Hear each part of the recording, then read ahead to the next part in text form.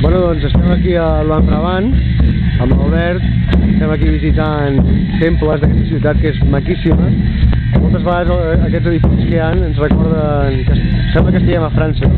Doncs bueno, aquí estem en un temple de visita, bueno, i ens hem trobat aquests monjos joves tan simpàtics. Hello, Fabio.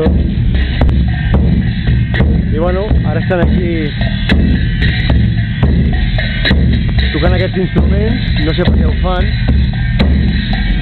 però bueno, veieu, per tenir una idea d'on estem.